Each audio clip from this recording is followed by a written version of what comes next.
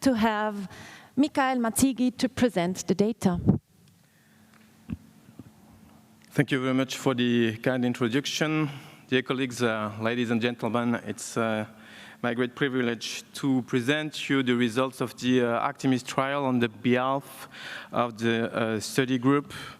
And I will start with this slide, my disclosure slide, and to tell you a word about ACTICOR BIOTECH, which is a startup and actually a spin-off of the research lab where I work.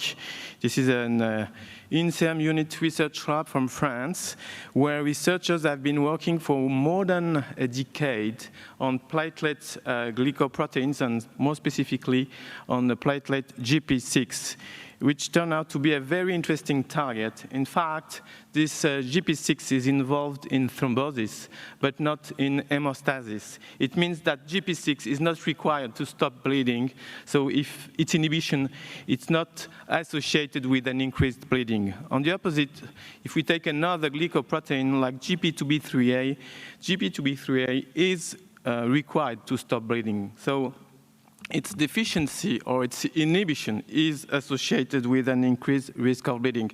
And you can see here in this example in an murine stroke model of ischemic stroke, where hemorrhagic transformation was induced by hyperglycemia. When Glenzocimab is administered, you don't increase the risk of ICH.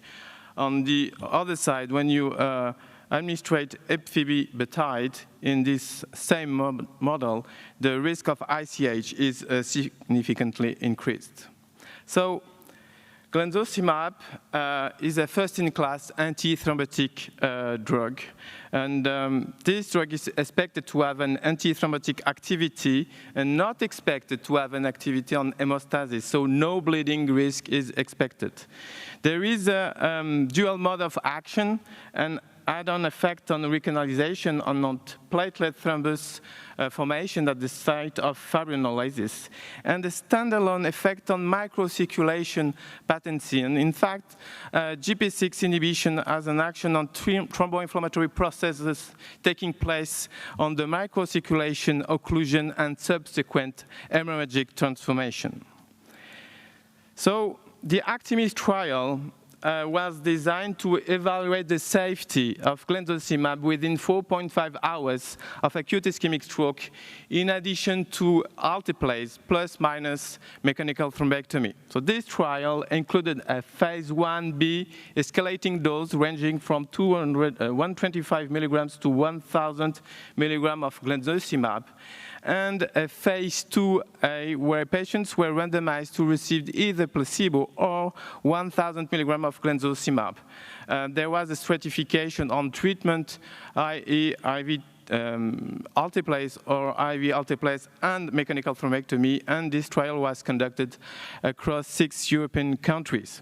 Primary endpoint was safety with SAE, intracerebral hemorrhage tests, and you can see the key secondary endpoints with the NIH at 24 hours, the ranking scale at 90 days. The results of the phase 1b showed no increased rate in bleeding and no dose-response relationship regarding safety. So the dose of 1,000 milligrams of Glenzocimab was chosen for the phase 2a. You have listed here the main inclusion and exclusion criteria briefly. These were adults with ischemic stroke of the anterior and posterior circulation within 4.5 hours. They were all eligible and treated with alteplase plus minus mechanical thrombectomy. And in the main exclusion criteria, we can notice that patients with severe renal failure were excluded, and those on ongoing anticoagulant therapy also excluded. This is the flow chart. 185 patients were screened, and in phase 1b, 60 were treated, and in phase 2a, 106 patients were effectively treated. You can see here the baseline characteristics. In phase 1b, patients were 68 years old age for the Glenzocimab group, 67 for the placebo. In the placebo group, the patients were more severe with an NIH at 14 versus 9 roughly for the Glenzocimab group. In the phase 2a, we can see that the groups were pretty much well balanced, 72, 73 years old of age by mean, and the NIH was 13 for the Glenzocimab group, 14 for the placebo, and you can see that 20% or more of the patients were on the antiplatelet therapy. These are the results for the serious adverse events. For suspected unexpected severe adverse reaction, bleeding-related events, or treatment-emergent adverse events, and you can see that there were no significant differences between the placebo and Glenzocimab group.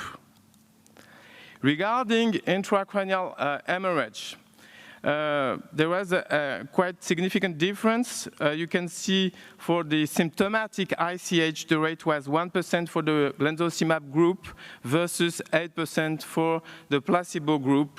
And the rates for non-symptomatic ICH were respectively of 29% and 47%.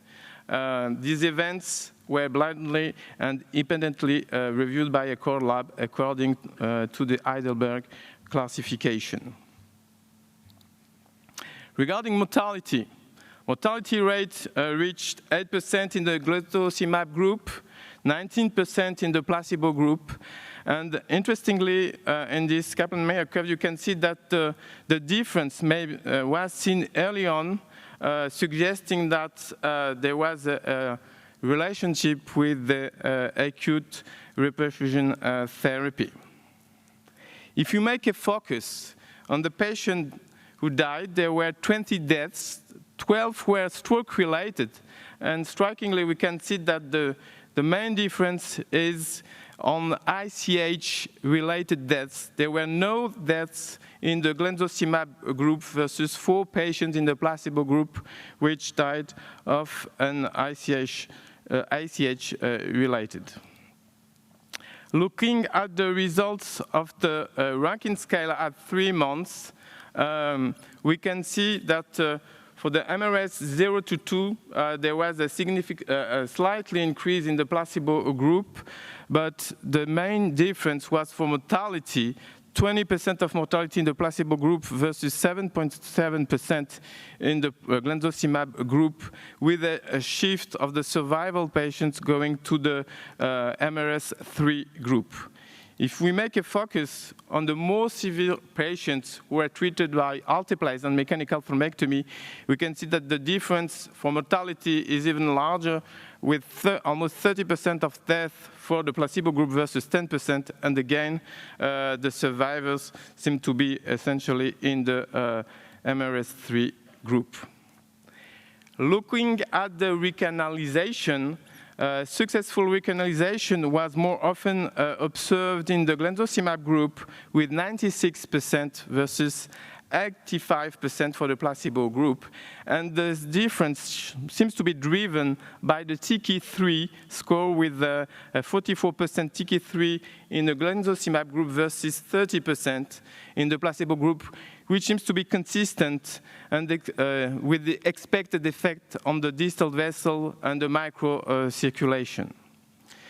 So to conclude, Glenzocimab in add-on therapy to alteplase plus minus mechanical thrombectomy is associated with a reduced intracranial hemorrhagic events, with a reduced mortality.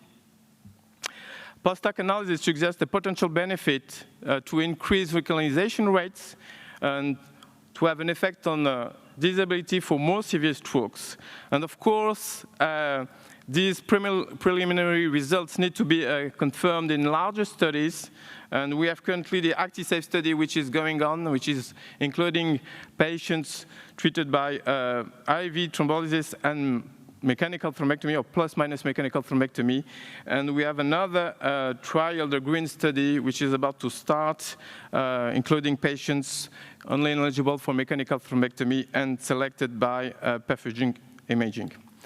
And my last slide is to thank all the investigators, nursing staffs, and thank also all the patients, their families, and the steering committees, different committees, and the team of ACTICOR BIOTECH. So with this, I thank you for your attention, and we'll be happy to take any question.